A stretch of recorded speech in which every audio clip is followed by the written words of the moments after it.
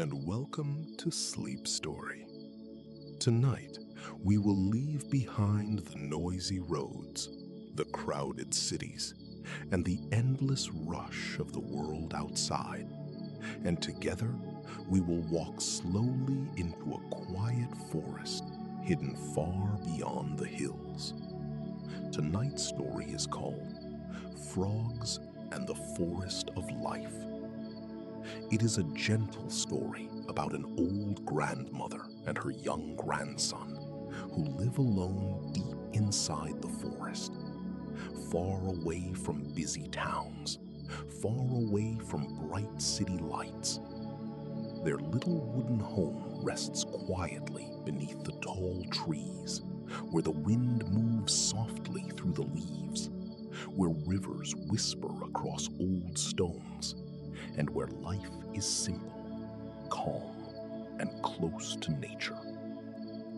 Every day they gather wood, search for berries and mushrooms, cook warm soup over a small fire, and live gently alongside the forest that keeps them alive. Tonight's story is not about adventure or danger. It is about warmth, patience, quiet love, and the peaceful feeling of having just enough. So for now, let the worries of today slowly drift away. Release the heavy thoughts resting on your shoulders, and allow yourself to breathe a little more gently tonight. Find a comfortable position. Relax your body, and very slowly close your eyes. As the soft forest wind moves through the trees tonight, let us begin.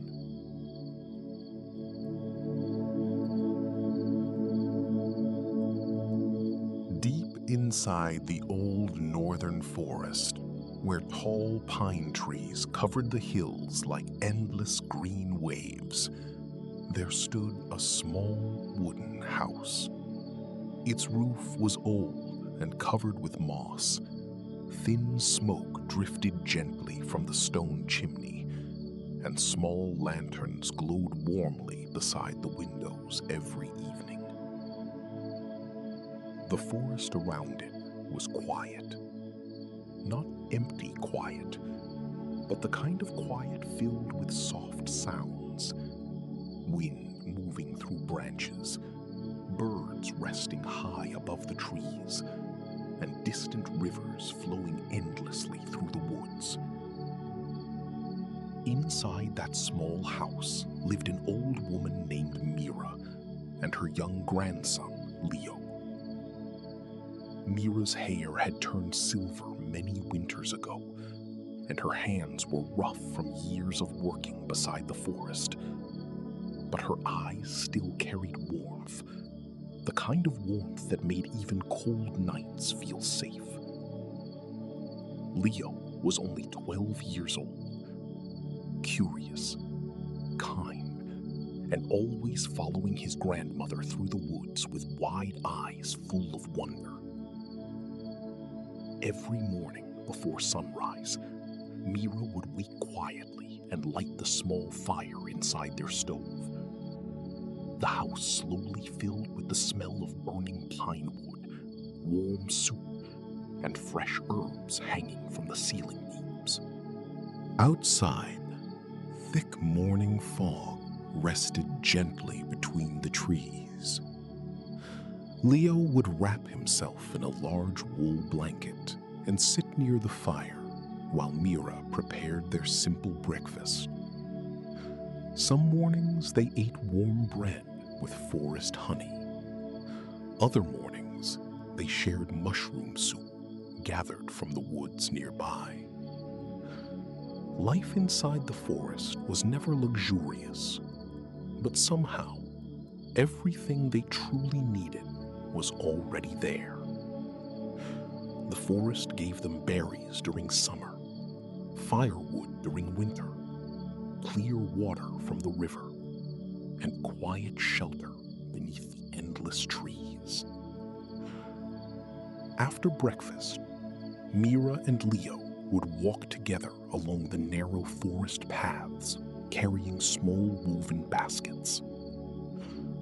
The ground beneath their feet was covered with fallen pine needles and golden leaves. Sunlight rarely reached the forest floor completely. Instead, soft rays drifted gently between branches like quiet streams of light. Leo loved those walks more than anything. Sometimes he searched for mushrooms hidden beneath old logs. Sometimes he collected tiny pine cones.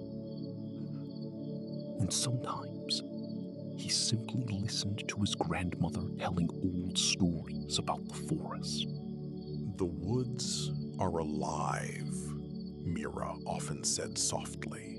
Not alive like people, but alive in their own quiet way. Leo never laughed at those words, because somehow, when the wind moved slowly through the trees, the whole forest truly did feel awake.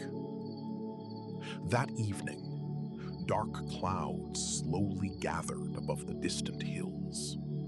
Cold wind moved through the pine branches, and the smell of rain drifted quietly through the forest air. Mira stood outside their little home, holding a basket of firewood close against her coat. For a moment, she looked toward the deep forest silently, as though listening to something far away. Leo noticed the worried look in her eyes. "Grandmother?" he asked. Mira smiled softly at him, but her eyes still lingered toward the darkening trees. "A storm is coming tonight," she whispered. High above them, the forest canopy swayed gently beneath the growing wind, while somewhere deep beyond the hills, thunder rolled softly through the endless woods.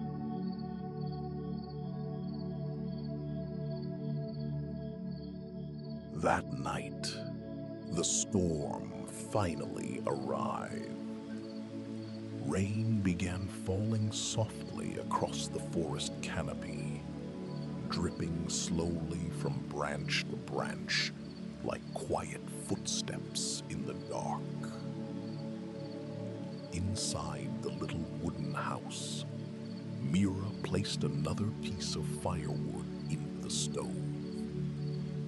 Warm orange light flickered gently across the room, painting soft shadows onto the wooden walls and hanging herbs above them. Leo sat near the window, wrapped in a thick blanket. He loved listening to rain. Not heavy city rain, forest rain. Kind that sounded alive. Rain tapping softly on leaves, water rolling down tree bark, and distant thunder wandering somewhere deep beyond the hills. The entire forest seemed to breathe together during storms. Mira poured warm tea into 2 small cups. Steam slowly rose into the air, carrying the gentle smell of pine and wild herbs. "Come closer," she whispered softly. Leo moved beside her near the fire. For a while, neither of them spoke. They simply listened to the storm outside. The little house creaked gently whenever the wind passed through the trees.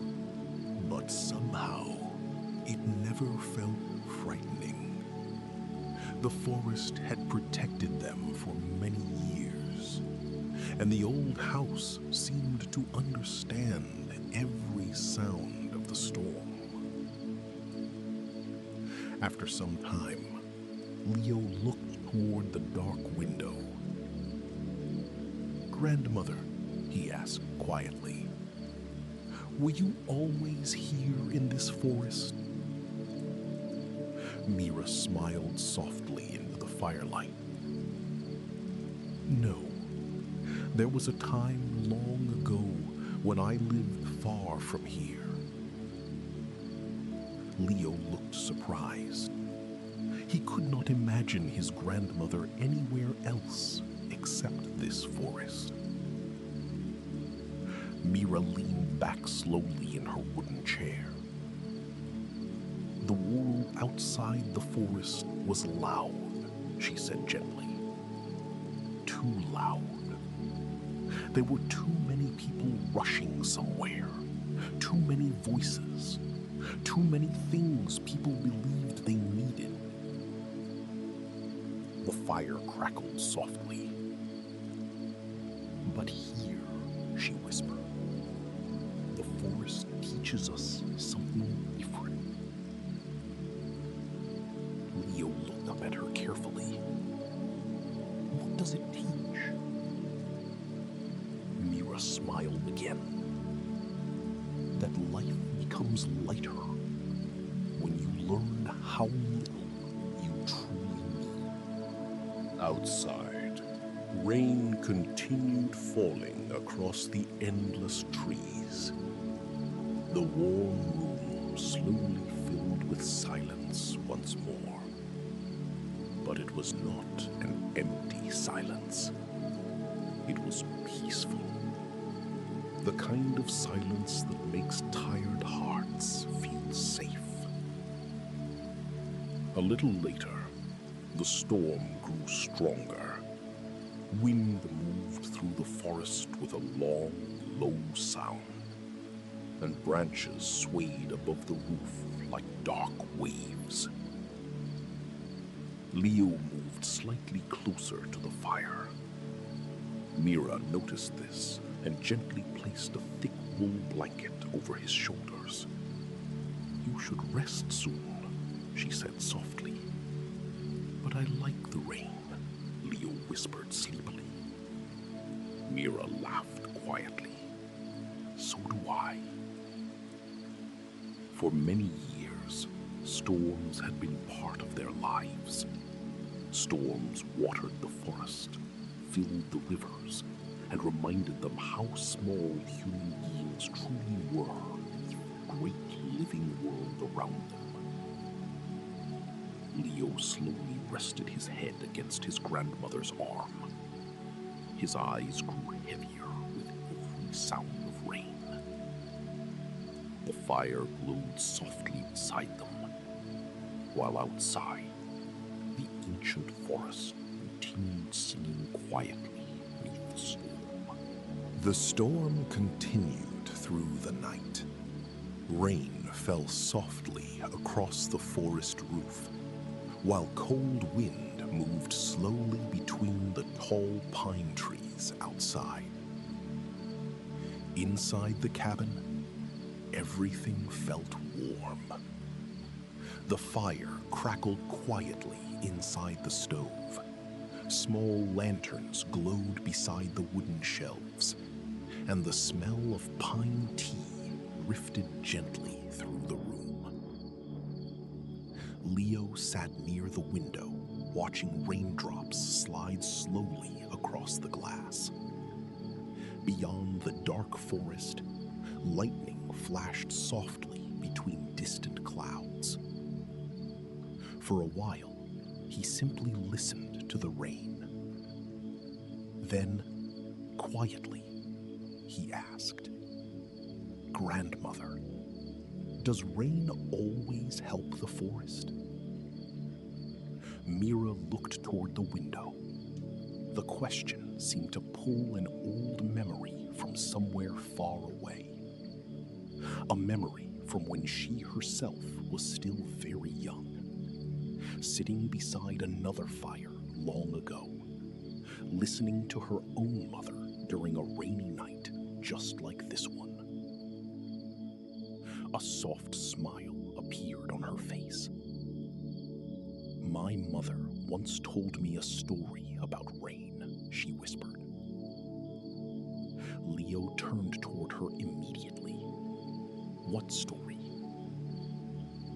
Mira leaned back slowly in her chair. Outside, rain tapped softly against the wooden cabin. "It was a story about a little frog," she began quietly. "A frog that became trapped inside a deep hole during a very long, dry season." Leo listened carefully. The forest had not seen rain for many weeks. The rivers became smaller. The ground grew hard. And one small frog accidentally fell into a deep hole hidden beneath the grass.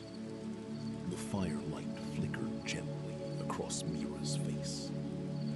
The hole was too deep. The frog jumped again and again, but he could not escape. Leo frowned slightly. Did nobody help him? Mira shook her head softly.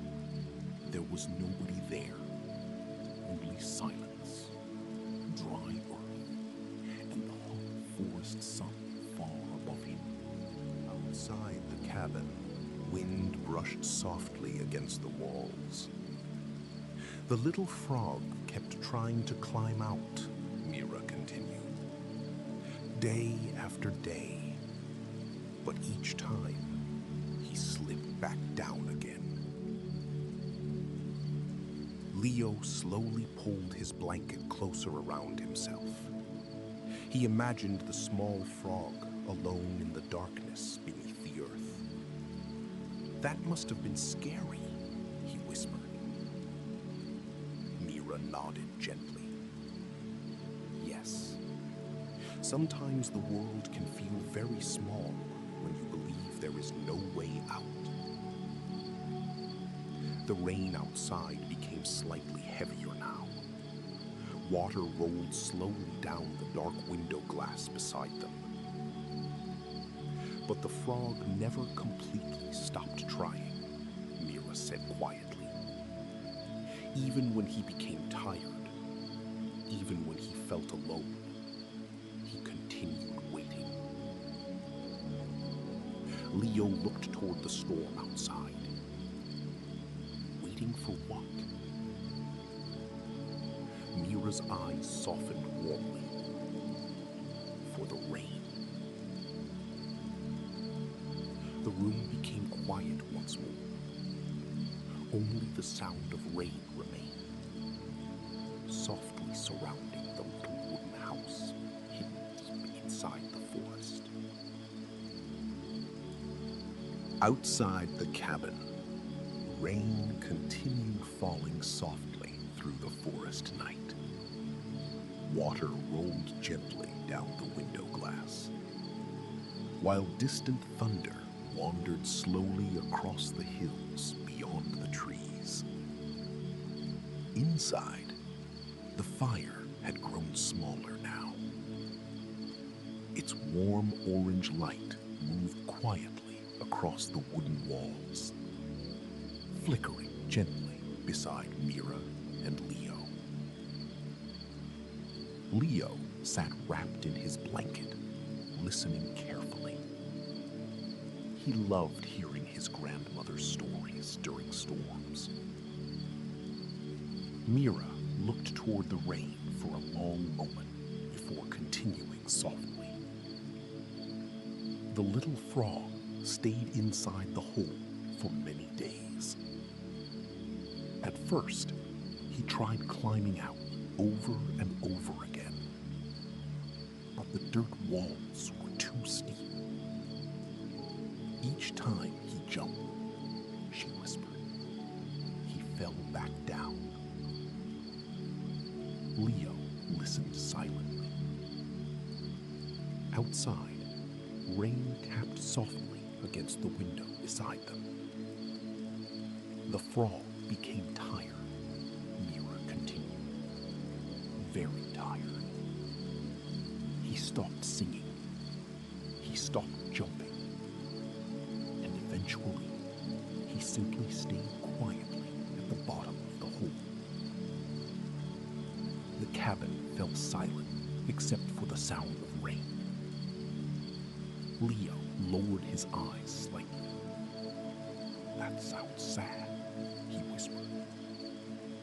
Mira nodded gently. Yes. But the story does not end there. A soft smile appeared on her face. One night, she continued, the rain finally came. Outside the forest, the rivers slowly rose.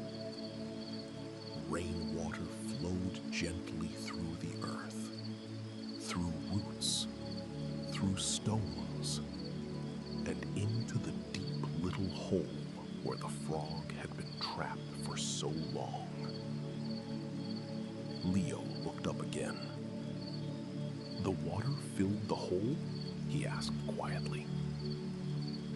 Mira smiled warmly. Little by little.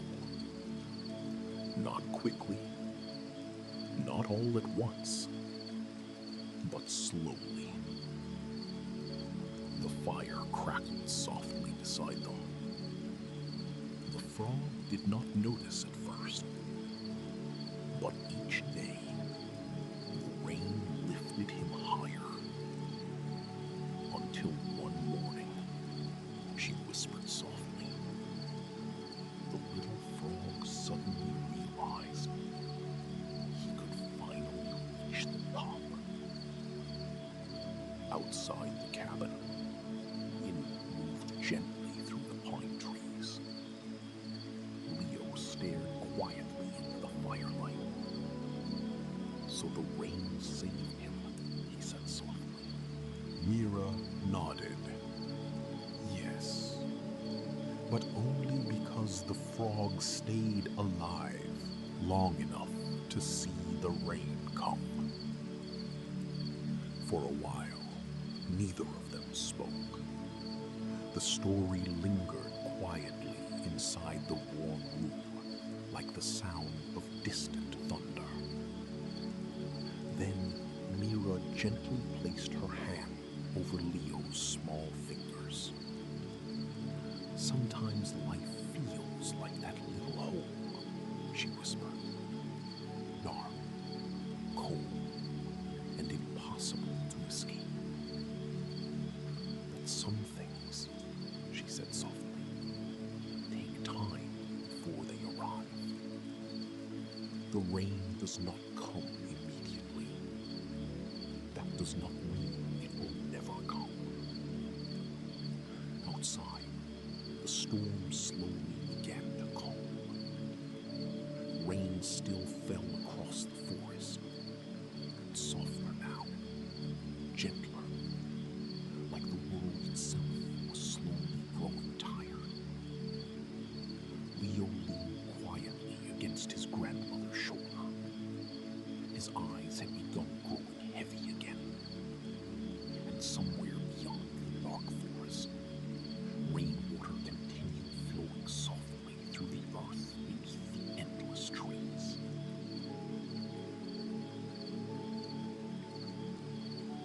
The storm had almost passed. Outside the cabin, rain still fell softly through the dark forest. But now, it sounded gentler, slower, like the sky itself had grown tired. Inside the little wooden house, the fire had become small and quiet.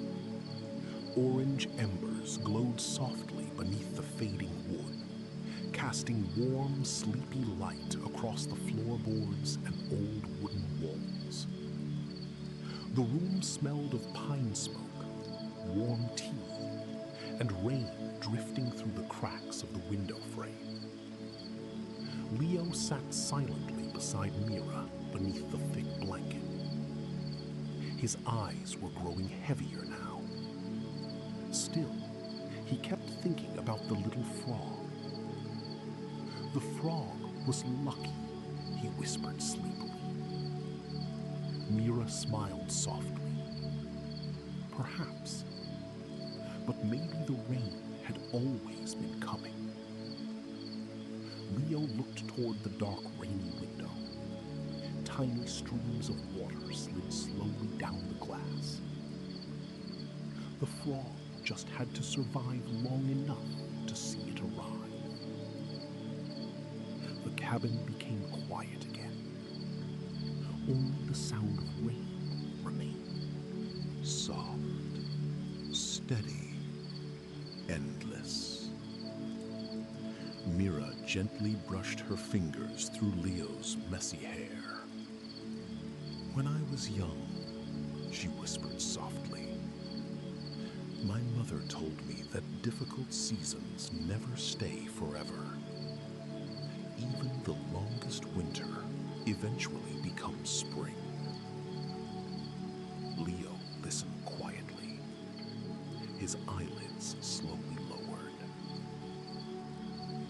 Outside, wind moved softly through the pine branches above the roof. The entire forest seemed calm again. No thunder, no strong wind. Only rain and darkness, the endless sleeping woods. Leo slowly rested his head against Mira's shoulder. The warm blanket wrapped around him like a soft cloud. Mira, he murmured weakly. Yes, I like the sound of rain now. Mira smiled. So do I. A few moments later, Leo's breathing became slower, calmer, deeper. He had fallen asleep. Mira remained beside the fire, quietly watching the rain beyond the window. For a long time, she simply listened to the forest, the dripping leaves, the distant river, and the peaceful silence left behind after the storm. Then softly, almost like a whisper carried only for the night itself, she said, "Thank you for the rain." Outside, far beyond the little wooden house, the ancient forest rested beneath the quiet darkness, while rain continued falling gently across the endless trees.